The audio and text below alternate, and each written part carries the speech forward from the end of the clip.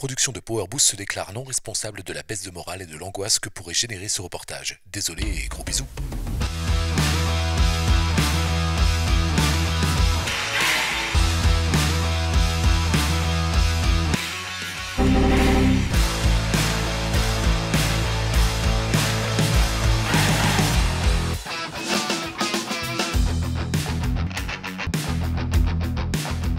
Mesdames, Messieurs, bonjour. Très heureux de vous retrouver pour cette nouvelle émission Power Boost. Alors cette semaine, une émission exceptionnelle consacrée à la cybercriminalité et je vais vous montrer qu'elle concerne aussi désormais l'agriculture.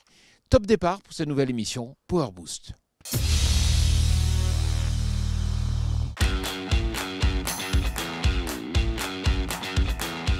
Un triporteur 100% électrique propulsé par un moteur de 2000 watts et adapté aux charges lourdes, c'est ce que propose le constructeur ScottMob. Pensé pour des livraisons de proximité, notamment dans le monde rural, le ScottMob 2000 dispose d'une autonomie d'environ 80 km. Pas mal, non? C'est français. Le matériel agricole, ça vous branche? Bon, si vous êtes un fidèle de Power Boost, on va dire que ça fait peu de doute. Pour entrer dans cet univers, le CQP vendeur en matériels agricoles est un bon plan. Il s'agit d'une formation courte, concrète et hyper pro pour les jeunes de bac à bac+2, mais aussi pour les salariés déjà en poste et souhaitant évoluer vers le métier de vendeur de matériels agricoles. Les inscriptions sont ouvertes jusqu'au 31 août 2025. Si cette formation vous intéresse, on vous invite à vous rendre sur le site agrimedia.fr.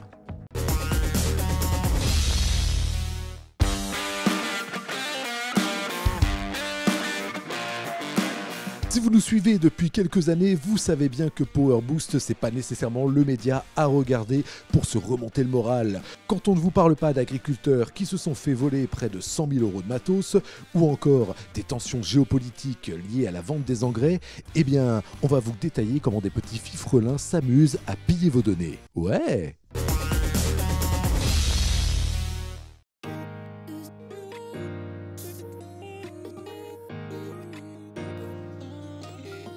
À l'heure où la numérisation s'intensifie dans tous les maillons de la chaîne agricole et agroalimentaire, l'agriculture française fait face à un risque grandissant de cyberattaque. Cible en vue, les données stratégiques, la production et la sécurité alimentaire nationale. Rien que ça. Un exemple marquant, c'est l'attaque ayant visé le groupe Lenken l'année dernière. En réponse, souvenez-vous, le constructeur avait carrément dû stopper ses chaînes de production pendant plusieurs semaines. Mais les grands groupes industriels ne sont pas les seules cibles, non. Les agriculteurs le sont aussi. La preuve, en décembre dernier, une cyberattaque avait impacté le fonctionnement de la plateforme Cinel. Alors si vous ne connaissez pas Cinel, c'est une plateforme qui a pour but de déclarer les naissances, les ventes et les décès d'animaux. Eh bien, environ 30 000 éleveurs du sud-ouest et de Corse l'utilisaient à ce moment-là. Ça craint, non? Donc on peut le dire, personne n'est à l'abri et une exploitation agricole peut tout à fait être la cible de ces hackers. Emmanuel Rué, consultant en cybersécurité agricole, nous explique. Donc c'est en août dernier, c'est un éleveur suisse qui a perdu une vache. Ça s'est passé, donc il a subi une attaque du type ransomware. Donc ransomware, c'est une attaque qui va chiffrer les données. Donc chiffrer, c'est-à-dire qu'elles deviennent illisibles, inutilisables. Et pour pouvoir déchiffrer les données, ou les rendre de nouveau fonctionnelles, il va y avoir une rançon. Donc l'exemple de l'éleveur suisse, c'est ce qui s'est passé. Il a reçu une demande de rançon de 10 000 $. Donc apparemment il n'a pas payé. Et la conséquence qu'il y a eu, c'est qu'en fait malheureusement, c'est qu'il a vu qu'il a pas pu voir à temps que il avait une vache en danger de mort entre guillemets, puisque la vache avait un veau mort-né et il aurait pu le détecter avant s'il n'aurait pas eu la cyberattaque. Malheureusement, il n'a pas pu sauver sa vache. Donc le préjudice est estimé à un peu plus de 6 000 €, mine de rien, la vache, son veau et surtout les frais vétérinaires que ça a engendré. En février 2025, la revue britannique Scientific Reports a publié l'étude d'une équipe d'ingénieurs informatiques. Elle avait échafaudé un petit plan malin. Elle avait mis en place un serveur recueillant les données des capteurs d'un plant de tomates cultivé sous serre dans leur laboratoire. Et là, ils ont délibérément exposé la vulnérabilité du système informatique. Et vous n'êtes pas prêts pour le résultat? En seulement 21 jours, 700 000 attaques ont été enregistrées. Les 3/4 d'entre elles provenaient de la Chine, des États-Unis et de Russie. Mais comment ces pirates font-ils donc pour rentrer dans les systèmes informatiques ?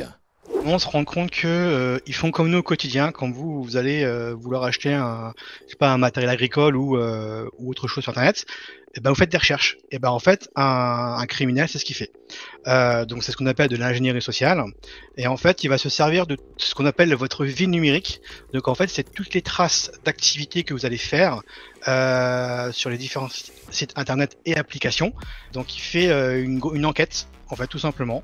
Il va regrouper un maximum d'informations sur vous, sur vos activités, sur votre entreprise, et ensuite il va s'en servir pour déterminer quel type d'attaque il va vous faire. Donc les 3/4 du temps c'est du phishing, donc c'est un faux email qu'on reçoit, qui maintenant avec l'IA est de plus en plus sophistiqué, personnalisé, donc on s'y croirait. Et ensuite il va également s'en servir pour fixer la rançon. Savoir que si c'est pour une exploitation, il va pas demander 100 000 € de rançon, ça n'aurait pas de sens. Il faut donc absolument trouver des leviers pour stopper ces intrusions. Et pour les grands groupes, de nouvelles tactiques sont mises en place, comme l'explique David Guy, président du groupe Burel. Comment vous vous préparez concrètement pour éviter par exemple que les salariés soient des portes d'entrée pour d'éventuelles attaques ? Alors c'est ça, en fait il n'y a pas une stratégie, c'est un ensemble de choses qu'on essaye de mettre en place pour limiter ce risque. La porte d'entrée ça peut être le salarié justement, donc nous on a par exemple tout simplement une politique de sensibilisation de nos salariés et on fait par exemple des campagnes de phishing, c'est-à-dire qu'on envoie à nos salariés des vrais faux mails pour qu'ils soient pris la main dans le sac. Et on s'aperçoit que c'est une très très bonne façon de sensibiliser les gens, parce qu'à partir du moment où ils ouvrent le mail et puis qu'ils déroulent l'objet du mail, on leur dit non, c'était un faux mail, mais si ça avait été une vraie attaque, vous auriez pu être un élément qui fasse rentrer le hacker dans l'entreprise. Bon, merci beaucoup David, et peut-être en conclusion, ce qu'on peut dire c'est que si vous travaillez dans un groupe des agroéquipements, il faut être vigilant. La notion d'hygiène numérique est vraiment capitale pour éviter de développer des failles dans lesquelles les hackers n'hésiteront pas à s'engouffrer. Il y a plusieurs axes d'amélioration, de renforcement. La première, c'est les bonnes pratiques informatiques. Mettre à jour ces équipements, ça c'est très important parce que les criminels s'en servent pour exploiter ce qu'on appelle des vulnérabilités du matériel ou des logiciels pour ensuite diffuser leur logiciel malveillant. Autre chose, c'est la partie mot de passe. Donc ça, c'est très important puisque on l'a tous fait. Moi, le premier, d'avoir un mot de passe qu'on met sur plusieurs sites en même temps. Ça, malheureusement, c'est du pain béni pour les criminels. Parce que pour eux, c'est très facile. Ils récupèrent votre mot de passe, ils laissent sur différents sites. Donc la politique, elle est simple. C'est comme le dit l'ANSSI, c'est un compte égale un mot de passe. Et pour ça, on va utiliser des gestionnaires de mots de passe ou coffres-forts, c'est ce qu'on appelle plutôt des coffres-forts. Et aussi réduire notre empreinte numérique, donc toutes les informations qu'on va laisser sur Internet, ou des ordinateurs ou autres, pour qu'ils aient le moins d'informations possible. Et après, il y a également d'autres solutions de détection qui permettent d'anticiper. Tout comme, on va dire, sur les vaches ou sur les cultures, il y a des capteurs pour détecter de maladies ou autres. Et sur l'informatique, on va faire la même chose. Et ça va détecter les comportements malveillants ou inhabituels qui vont permettre d'être alertés et puis de dire attention, là il y a quelque chose qui se passe qui ne va pas. Citons aussi l'importance de faire des sauvegardes régulières de ces données, non pas pour se protéger d'une cyberattaque, mais plutôt pour pouvoir redémarrer son activité rapidement. Et il va surtout falloir garder en tête que non, le piratage ne touche pas que les autres, surtout dans une agriculture française de plus en plus portée sur le numérique et sur l'innovation. Je vous avais dit que c'était flippant en fait. Mais ça tombe bien, on va se détendre avec un sujet beaucoup plus léger et sympathique. Et cette fois, c'est pour de vrai. Pour vous changer les idées, pourquoi ne pas venir assister à l'assemblée générale de l'association Les Agriculteurs ont du cœur? On vous en parle souvent, car ils mettent en avant ce que le monde agricole fait de bien pour le reste de la société, avec de super initiatives, et en plus, toujours de façon festive. D'ailleurs, le 19 mai à 17h30, il y aura un super débat animé par Jean-Paul Hébrard avec de nombreuses personnalités. Et vous voulez la bonne nouvelle? C'est gratuit, c'est ouvert à toutes et à tous. Il suffit juste d'aller sur le lien en description de cette vidéo.